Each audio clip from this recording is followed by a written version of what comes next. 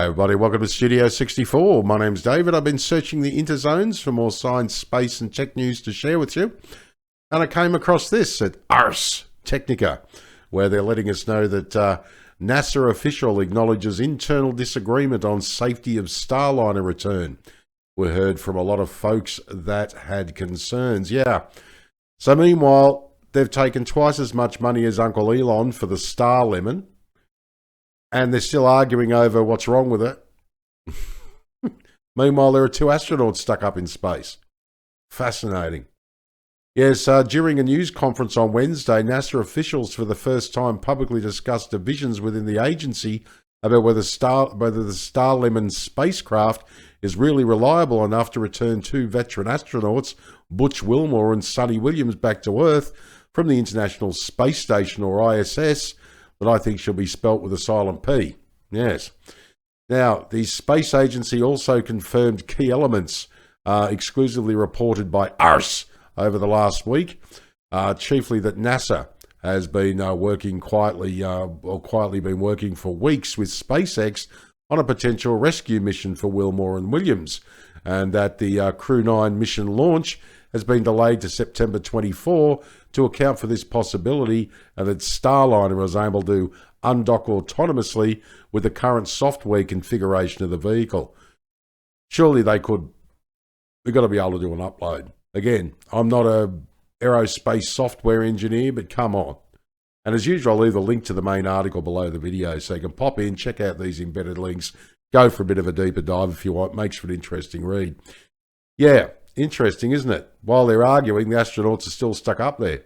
Yeah, so the chief of human space flight operations for NASA, former astronaut Ken Bowersox, said no final decisions have been made on how Wilmore and Williams return to Earth.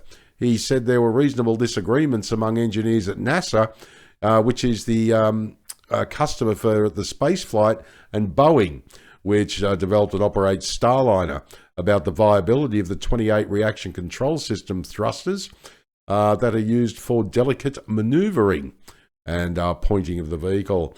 I think it's been very healthy, Bowersox said, of these internal discussions during a call with reporters on Wednesday. I have to admit that sometimes when we get disagreement, it's not fun. It can be painful having those discussions, but it makes us a good organisation. Yeah. Talk, and the astronauts are still stuck up there. NASA has been studying various contingencies, but officials appear to have settled on 2 different options for bringing the 2 astronauts back to Earth. They could still fly back on StarLemon if NASA engineers become more comfortable with the uncertainty about the thruster performance. If so, they would do so during the second half of this month or the first part of September.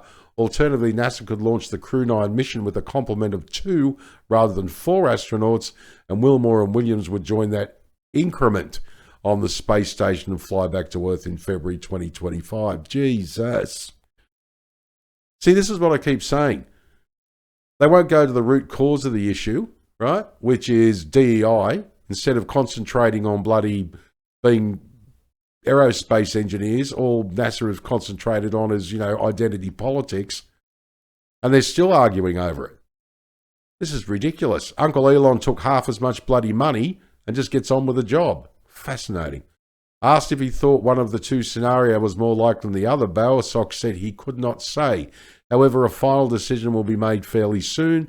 Bowersox said NASA needs to choose the astronauts' return path by mid-August, which is less than a week away Australian time. It's the 9th as I record this video. 9th of August. Yes, thruster issues.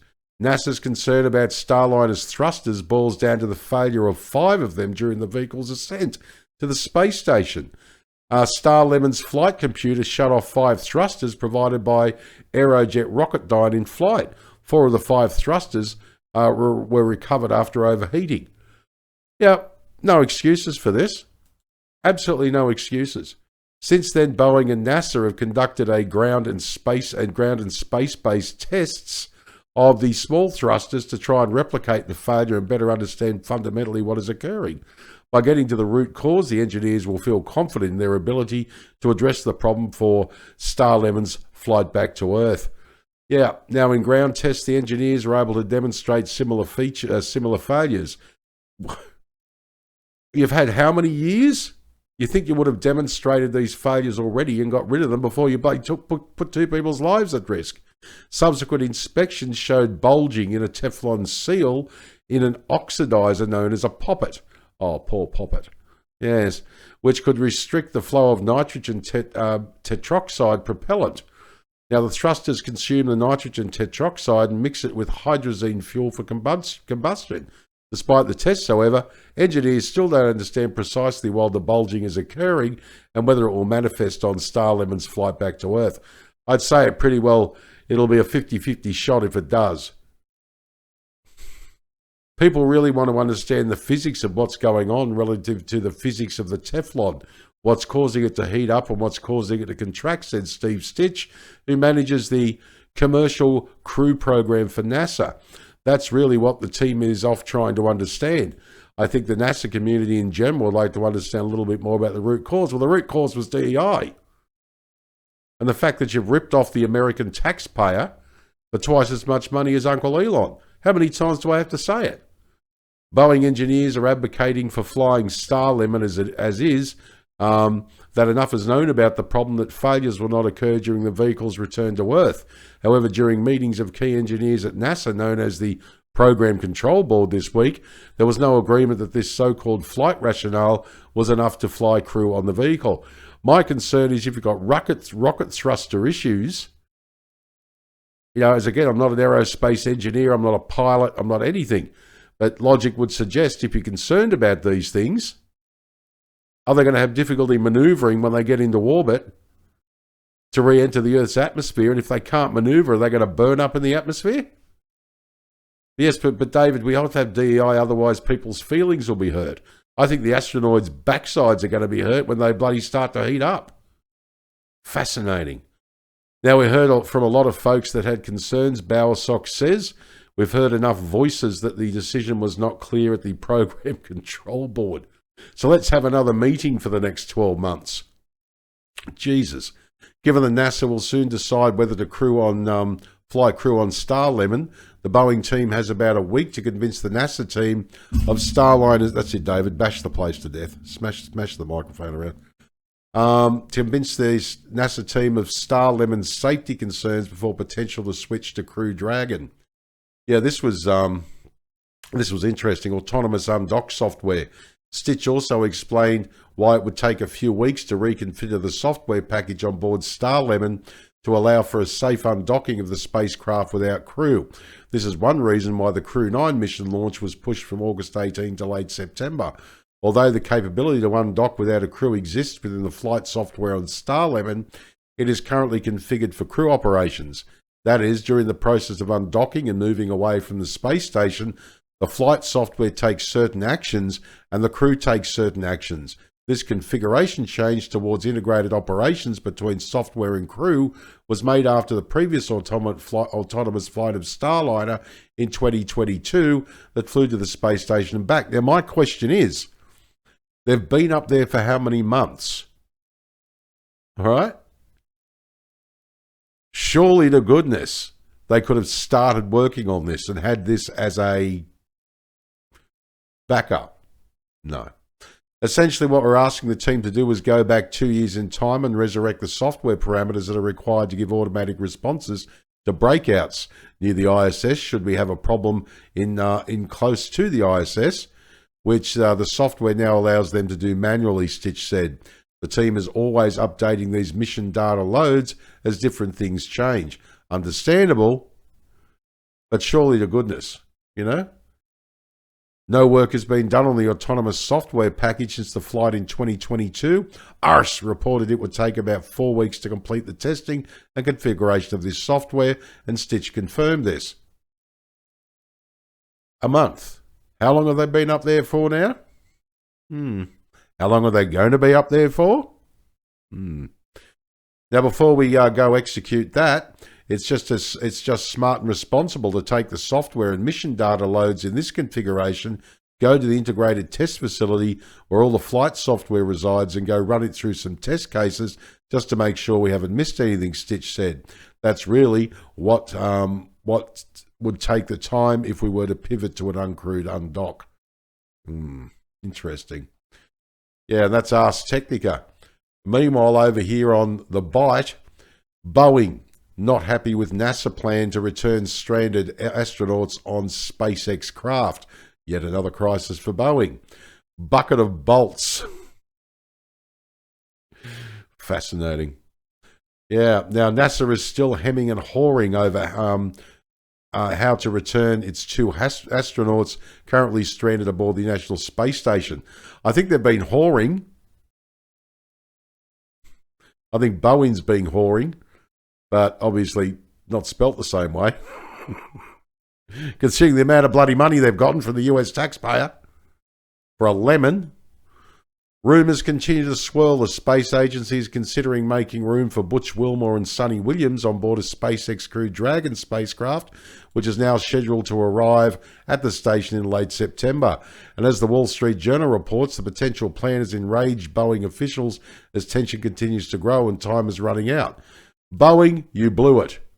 Boeing, you've been concentrating on hoeing and you haven't been concentrating on making a spacecraft work. You've got your billions of dollars and it's been a failure. My opinion is it's a money laundering operation for Boeing.